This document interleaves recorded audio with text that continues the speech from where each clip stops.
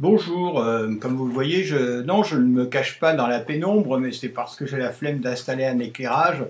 Peu importe ma tête, hein, ma trombine, peu importe, ce n'est pas le but, comme vous le savez, mes vidéos sont comme ça, brut de brut, mais aujourd'hui je voudrais parler d'un sujet, la globalité.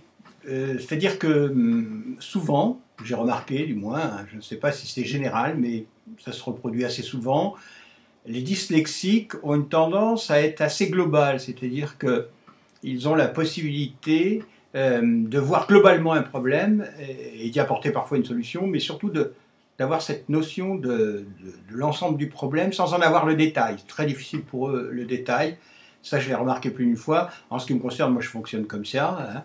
Hein. Et pourquoi je parle de ça? Parce que souvent, une personne a une idée, et cette idée, il n'a pas la possibilité de la mettre en application, ou il lui manque des éléments pour la mettre en application.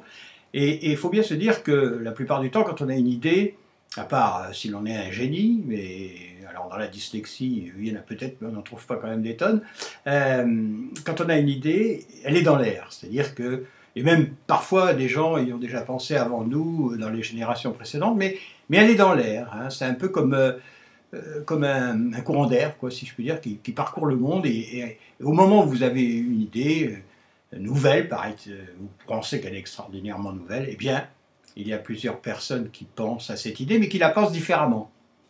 Et bon, quand on a une idée, bien évidemment, c'est d'aller chercher sur Internet ou ailleurs des informations, voir si quelqu'un a déjà travaillé cette idée, si elle est exploitée précédemment, etc.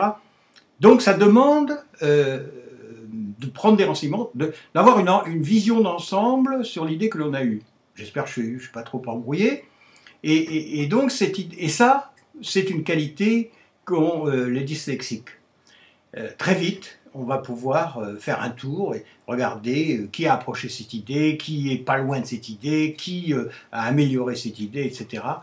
Et on va en tirer une globalité. Et parfois l'exploiter parce que beaucoup plus facilement que les autres parce que on a justement, c'est global la vision que l'on a, et ça c'est une qualité intrinsèque aux dyslexiques.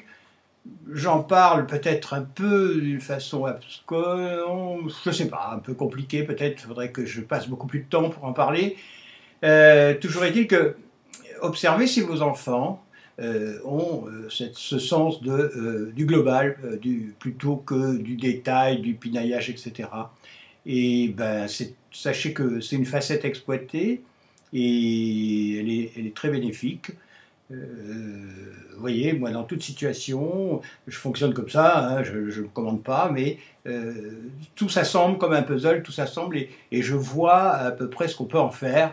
Et ça, c'est un avantage à ne pas négliger, et notamment chez les dyslexiques, où ça me paraît très souvent être une qualité importante. À bientôt!